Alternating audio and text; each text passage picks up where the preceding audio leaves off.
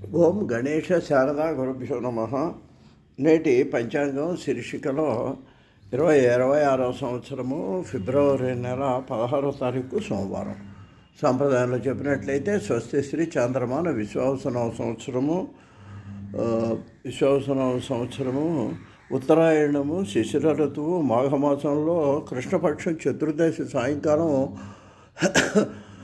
5:30 వరకు ఉంది. శ్రవణ నక్షత్రం రాత్రి 9 గంటల వరకు, రాత్రి వర్జం 1 గంట నుంచి 2:50. కాబట్టి రాత్రి వర్జం ఏ ఇబ్బంది లేనిది. ఇక దుర్ముహూర్తం చూసుకున్నట్లయితే 12:37 నుంచి 1:23 వరకు, మళ్ళీ 2:54 నుంచి 3:40 వరకు దుర్ముహూర్తం ఉంది.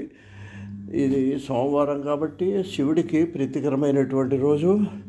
నిజానికి చెప్పాలంటే అసలు చతుర్దశి ఇవాళ్లే ఉంది, అసలు ఇవాళ్లే మహాశివరాత్రి అవ్వాలి. కానీ ఇక్కడ జరిగింది ఏంటంటే నిన్న రాత్రి గల చతుర్దశి నిన్న అవటం వలన లింగోద్భవ కాలం రాత్రి అప్పుడు జరిగింది. కాబట్టి అందువలన నిన్న మహాశివరాత్రిగా పంచాంగకర్తలు నిర్ణయించడం జరిగిందండి. అయినప్పటికీ కూడా ఇవాళ కూడా చతుర్దశి ఉంది, సోమవారం ఉంది. కాబట్టి నిన్న కుదరని వాళ్ళు ఈ రోజున కూడా శివాభిషేకాలు చేసుకోవచ్చు, శివనామస్మరణ చేసుకోవచ్చు. అందువలన ఇది పైగా వారం కూడా శివుడికి ప్రీతికరమైనటువంటి రోజు సోమవారం చతుర్దశి రావడం అనేది చాలా విశేషం. కాబట్టి ఈ రోజును కూడా మనం శివదర్శనాలు, శివస్తోత్రాలు, శివాభిషేకాలు చేసుకోవటం మంచిదని చెప్పి పెద్దలు చెప్తూ ఉంటారండి.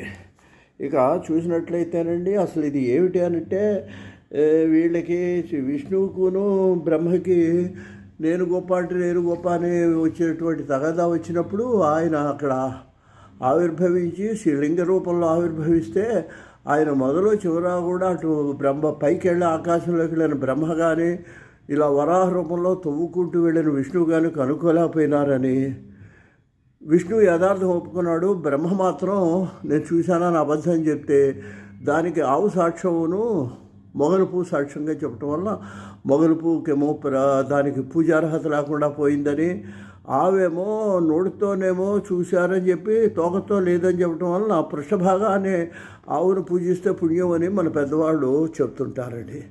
ఇందువల్ల అది రాత్రి సమయంలో 12 గంటల సమయంలో ఆవిర్భావం చెందటం వలన దాన్ని ఏమంటారంటే ఇది ప్రత్యేకంగా మహాశివరాత్రిగా రాత్రి చతుర్దశి ఉన్న కాలాన్ని మహాశివరాత్రిగా భావిస్తారు. దీనికంటే శివపూజ చేయటంలో 4 జాముల్లో కూడా శివపూజ చేయాలని మన వాళ్ళు చెప్తుంటారటండి. అందుట్లో ఏంటంటే మొదటి జాములోకి వచ్చేటప్పటికి పాలతో అభిషేకించి పద్మాలతో పూజించాలని,